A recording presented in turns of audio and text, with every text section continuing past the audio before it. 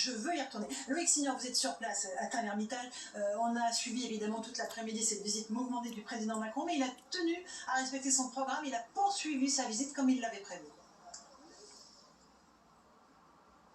Oui, à Valence, cette fois-ci, Laurence, là où nous nous trouvons, et vous allez le voir sur les images d'Olivier Madinier, la journée n'est peut-être pas terminée pour Emmanuel Macron, parce que regardez cette affluence, là où se trouve le président actuellement dans un... L'intervention a tout de même continué de rencontrer la foule pour son entourage. Cela n'a rien changé à la suite de son programme, mais on a pu le constater sur le terrain.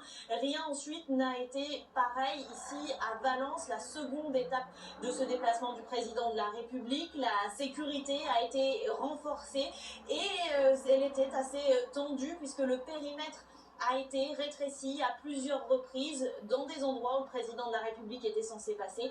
Et puis Emmanuel Macron s'est ensuite rendu dans les rues de Valence à la rencontre de la population sans incident majeur pour montrer aussi qu'il pouvait poursuivre ses visites. Il est actuellement ici dans ses locaux de Live, l'école de la seconde chance qu'a fondée sa femme Brigitte Macron. Et il y a encore beaucoup de monde ici à Valence qui attendent de voir le président de la République. Mais ira-t-il une nouvelle fois à leur rencontre? Cela n'est pas certain, sachant que le président de la République a déjà au compteur 2h30 de retard sur ce déplacement ici à Valence, l'étape numéro 2 de son Tour de France. Merci beaucoup. Une foule qui l'attendait ici. Il est donc descendu de sa voiture et une personne l'a agrippé. Il lui a mis du coup, il lui a porté une gifle. Il y a eu un petit mouvement de foule, alors on ne savait pas exactement ce qui se passait dehors. On a pensé à des attentats directement. Donc notre premier réflexe a été de faire rentrer les élèves à l'intérieur. Et une fois à l'intérieur, on est passé voir ce qui se passait, mais bon, le président était déjà évacué. Et ensuite, on a vu la vidéo, et là, on a su ce qui s'était vraiment passé.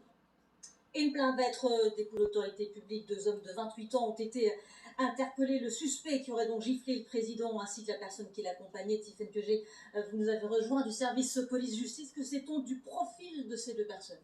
2 gardes à vue, Sylvia, vous l'avez dit.